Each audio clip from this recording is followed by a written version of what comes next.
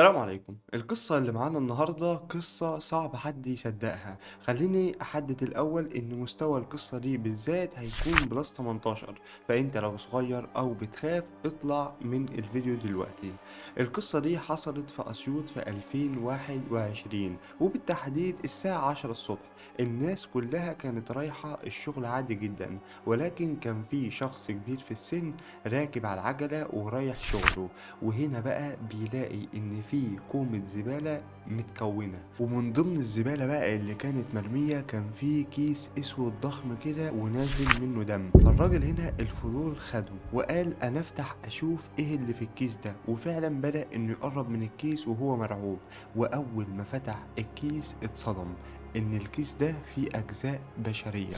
طبعا اتخض جدا واترمى على الأرض وفضل ينده على الأهالي كلهم، لحد ما الناس فعلا اتلمت حوالين المكان ده، كلهم خايفين يقربوا من الكيس. عشان كده فورا اتصلوا بالشرطة، والشرطة توصل المكان وكان معاهم الطب الشرعي. والمكان ده بالتحديد كان جنبيه ترعة، فكان في كيس تاني موجود. وهنا بقى الشرطة أول ما وصلت نزلوا حد تاني إنه يجيب الشنطة ديت من الترعة.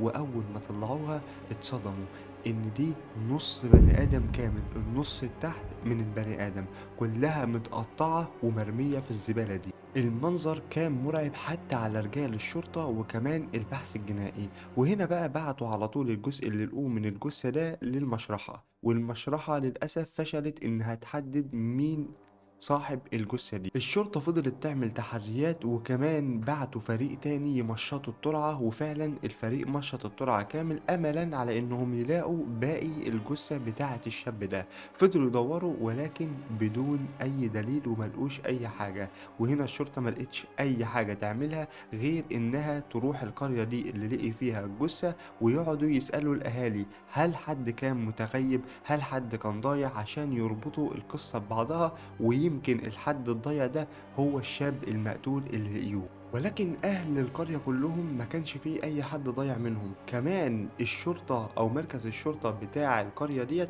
ما كانش فيه اي بلاغ ان في حد متغيب. وهنا بقى الشرطة وقفت في حيطة سد، هم مش لاقيين اي دليل. ولكن بقى يظهر الطرف بتاع الدليل، وهو ان الغواصين اللي كانوا بيمشطوا الترعة كانوا لسه شايفين شغلهم. بالفعل قدروا انهم يلاقوا الجزء التاني من الجثة، ولكن في اخر الترعة من الشرق. وده لان لما الكيسين اترموا واحد فيهم وقع في الترعة فالمية جرفته بعيد. وهنا بقى لقيوا النص التاني اللي فوق من الجثة، وقدروا يحددوا مين هو الشخص المقتول. لما الغواصين لقيوا الجثة طلعوها من المية وغطوها على طول، وراحوا متصلين بالشرطة انهم لقيوا الجثة او باقي الجثة التاني. وهنا بقى الشرطة اول ما وصلت للمكان واخيرا هتمسك دليل، اتفاجئوا واتصدموا هما والمحققين اللي كانوا معاهم. وده لانهم شافوا حاجة عمرهم ما شافوها قبل كده. الجثة كانت متقطعة لتلات أجزاء، ولكن الوش نفسه كان متشوه ومفصول، ملهوش أي ملامح ولا أي معالم تدل مين الجثة دي. الجريمة دي بالشكل الوحش ده ما تطلعش غير من شخص فعلا قاتل وشخص ذكي إنه يقدر يفصل تلات أجزاء من الجسم ويرميهم كل جزء في مكان. ولكن بقى هنا الشرطة والمحققين أمروا الغواصين على طول انهم ينزلوا يدوروا في الترعة تاني على الكيس التالت. والكيس التالت ده كان متوقع انهم هيلاقوا فيه راس الجثة. وفعلا بعد ما الغواصين بدأوا وعلى مدار يومين يدوروا في الترعة قدروا انهم يطلعوا جزء التالت بتاع الجثة، والجزء ده كان الراس بقى دي لما شافوها عرفوا انها بتاعة شاب صغير في السن. هنا الشرطة صورت المكان كله وصوروا الراس لأن ده اللي هيدلهم مين الشخص ده، وبعتوا الأجزاء التلاتة بعد ما اكتملت للطب الجنائي عشان يدلوهم على صاحب الجثة دي. وعلى طول طلعوا المركز شرطة ديروت عشان يدوروا على أي بلاغ اختفاء حد مقدمه من فترة. وفعلا لقيوا إن في أهل مقدمين إن ابنهم اختفى وكان في نفس سن الضحية. فهنا اتصلوا على طول بالأهل وقالوا لهم تعالوا عشان يمكن الجثة دي تكون بتاعة ابنكم اللي بتدوروا عليه. ولما أهل الجثة دي وصلوا وقدروا فعلا إنهم يتعرفوا على الجثة، وبدأوا بقى في الصويت والصراخ والحاجات اللي زي كده. ونعرف بقى إن الشاب ده كان اسمه أحمد وعنده 28 سنة. كان الكل بيشهد إنه جدع وشهم وكمان طيب. المهم إن أحمد ده وهو عنده 23 سنة هو ساكن في قرية جنب القرية اللي لقيوا فيها الجثة. لما كان عنده 23 سنة قرر إنه هينزل القاهرة عشان يتعلم صنعة، وفعلا بعد 3 سنين بس قدر إنه يتعلم صنعة السباكة وبقى أشطر سباك كمان في القرية اللي كان ساكن فيها.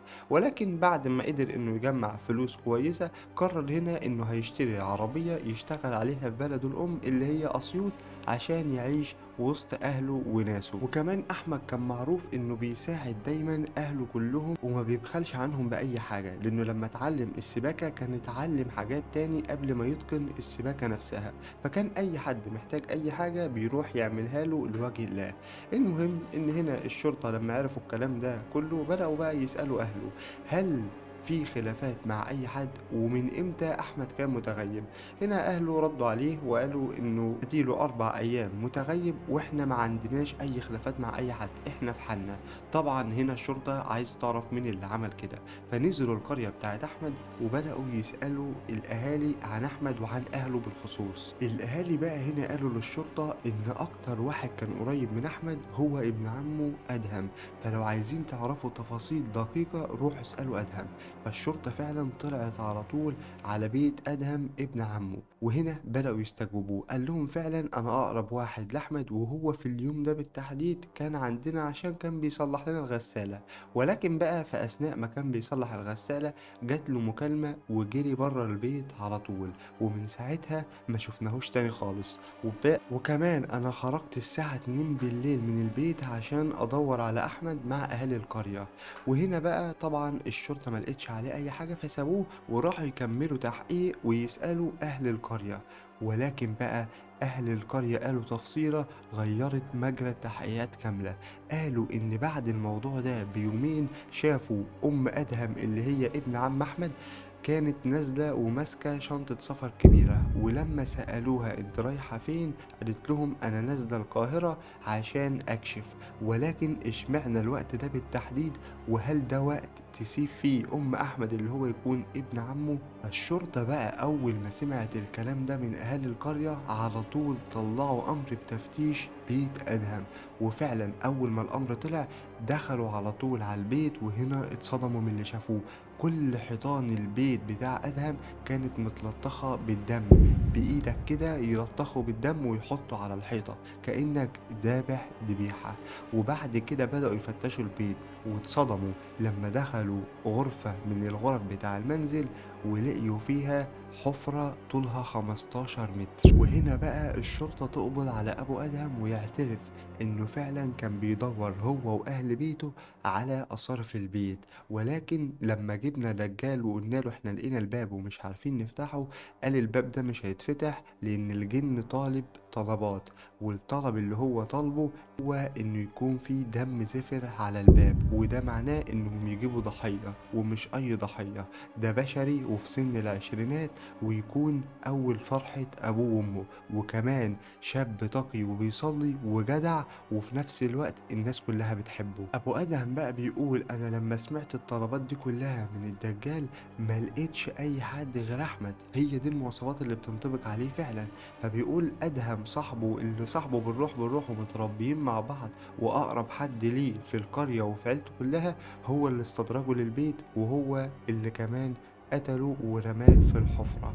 فبعد كمان ملطخوا ايديهم بالدم بتاعه وفضلوا يعملوا على الحيطان كلها، مرات عمه هي اللي اقترحت انهم يقطعوه على 3 اجزاء وهي اللي راحت رميته كمان. وبعد بقى ما الشرطة قبضت عليهم ومسكت عليهم كل الدلايل دي اتحكم على ابو ادهم ده وامه اتحكم عليهم بالاعدام في 2022. طبعا يستاهلوا اكتر من كده وربنا يرحم احمد ويصبر اهله. اشوفك في فيديو جديد وسلام.